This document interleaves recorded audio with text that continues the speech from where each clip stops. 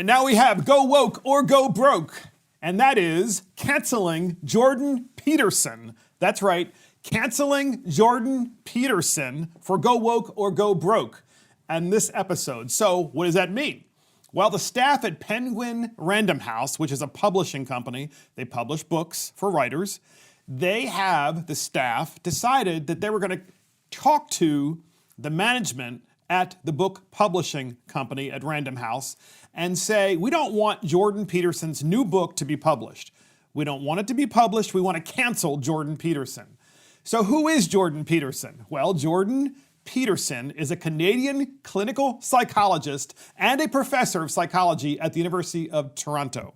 He began to receive widespread attention about 10 years ago for his views on cultural and political issues. In 2016, Peterson released a series of YouTube videos criticizing the Act to amend the Canadian Human Rights Act and Criminal Code. So Peterson is Canadian, and Canada passed this act that basically creates speech codes. You can't say certain things or you can be imprisoned. It's hard to believe. So the act was passed by the Parliament of Canada to introduce gender identity expression as a prohibited grounds of discrimination. That included actually saying certain words as well. Peterson argued that the bill would make the use of certain gender pronouns into compelled speech, and related this argument to a general critique of political correctness and identity politics. He subsequently received significant media coverage, attracting both support and criticism. So we have an interview of Peterson, and his lectures and debates have gathered millions of views on YouTube, as I've said, and his clinical practice and teaching duties, he put them on hold in 2018 when he published his second book, 12 Rules for Life, An Antidote to Chaos. And so that was in 2018. And this a couple of years ago, he was talking about all of this on the BBC Channel 4 and with the interviewer there. And we had that interview. We have two clips from it. It's just spectacular. And here's the first clip. Well, except you've also called trans campaigners authoritarian, haven't you? I mean, isn't that well, only in the broader context of my claims that radical leftist ideologues are authoritarian, yes, which they are. You're saying someone who's trying to work out their gender identity, who may well have struggled with that, had quite a tough time over the years. With it, yeah. You're comparing them with, Chairman Mao, who saw the deaths of millions of people. Well, even if the activists, they're trans people too. They have a right to say these things. Yeah, but they don't have a right to speak for their whole community. To compare them to Chairman Mao or, Pinochet, Augusto Pinochet. I mean, this is grossly insensitive. No, I didn't compare them to Pinochet. Well, I did compare them to He Mao. was an authoritarian. He's a right-winger, though. I was comparing them to the left-wing totalitarians. So, which, of course, BBC and the interviewers, they just can't handle that, right? You can't compare them to the left wing, because the left wing, like Mao and communists, they don't believe in identity politics and speech codes. That's exactly what they believe in. So Jordan Peterson, he was in that interview, and of course he was being attacked because he dared, as an educated clinical psychologist, to say, you know what, there really shouldn't be speech codes, and folks who engage in identity politics are actually becoming, bullies, and they're much more like Communist China and the Soviet Union than anyone else. And so naturally the left is trying to say, oh, well, that's because you're transphobic. He does such an incredible job, and anyone who knows Jordan Peterson knows how incredibly bright and succinct he is when he makes his arguments. But nonetheless, of course, Random House and its staff wants to cancel him. They don't want to publish any more of his books because, God forbid, people might read them and they might actually become educated, or they might get an alternative point of view. We have this second clip from that interview with the same BBC reporter, and listen to this. Here it is. Under Mao, millions of people died. Right. I mean, there's no comparison between Mao and a trans activist, is there? Why not? Because trans activists aren't killing millions of people? The philosophy that's guiding their utterances is the same philosophy. The consequences are... Not yet. You're saying that trans activists could lead to the deaths of millions of people? No, I'm saying that the philosophy that drives their utterances is the same philosophy that already has driven us to the deaths of millions of people. Okay, tell us how that philosophy is in any way comparable? Sure, that's no problem. The first thing is that the philosophy presumes that group identity is paramount. That's the fundamental philosophy that drove the Soviet Union and Maoist China. And it's the fundamental philosophy of the left-wing activists. It's identity politics. It doesn't matter who you are as an individual. It matters who you are in terms of your group identity. Perfect, right? This absolutely, completely, in a nutshell, describes the left today, right? It's all about identity politics and groupthink. And if you don't subscribe to that, then you must be canceled. And in left-leaning societies, in particular, in communist societies, they take it to the extreme, right? They simply kill you, or they send you to re-education camps.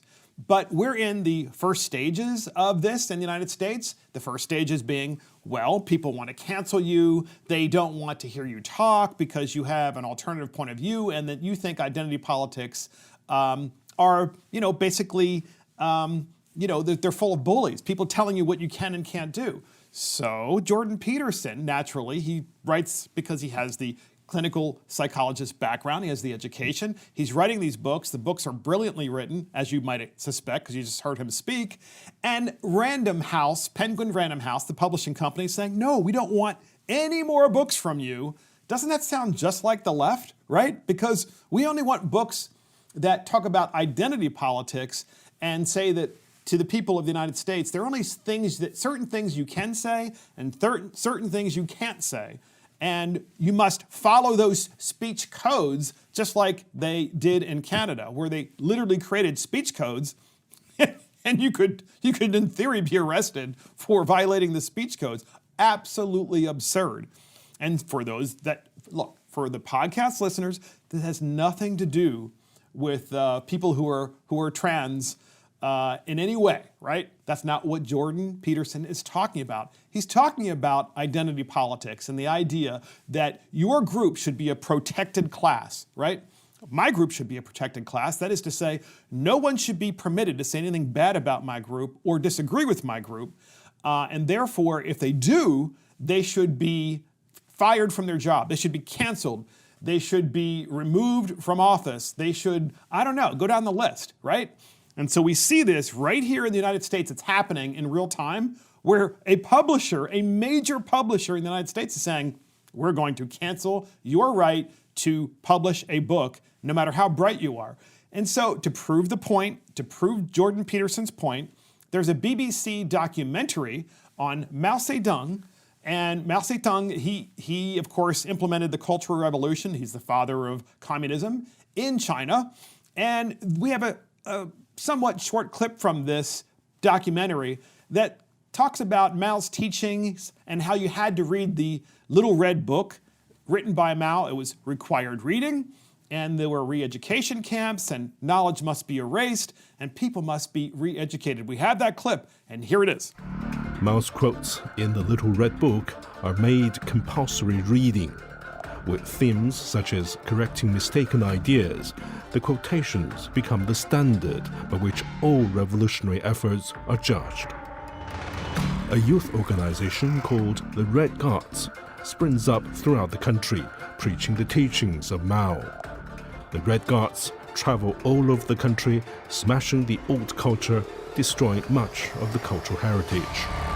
They spearhead the interrogation, humiliation, and beatings of teachers, intellectuals, and traditional enemies of the state. 16 million young people are sent to the countryside for re-education and physical labor. Yeah, so can you believe that? So if you didn't conform in Maoist China during the Cultural Revolution, you were canceled.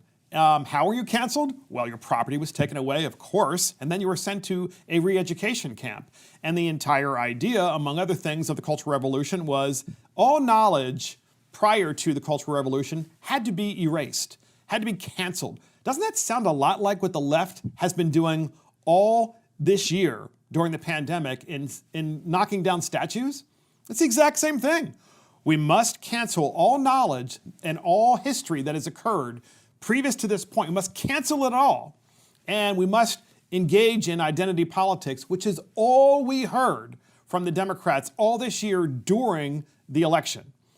And that's exactly what they did in Maoist China. And then if you didn't conform, you had to go to re-education camps.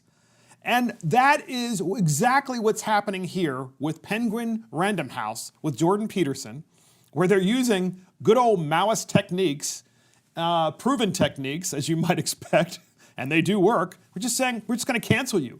Your knowledge is not acceptable knowledge because we, the people who believe in identity politics, will not allow anyone else to read what you have to say. It should not be allowed. In fact, we're going to tell people out there to cancel all of your books, pull them off the shelves, and burn them. And by the way, that was one of the things they did as well in Maoist China, right? It wasn't just canceling all knowledge and erasing it. They burned books. They wanted to make sure you did not have access to books because obviously there wasn't the internet back then. You couldn't go online and read anything about anything. You had to go get a book. So if you purged all the books, where was the knowledge? It was only knowledge that was passed on from grandparents to children to grandchildren.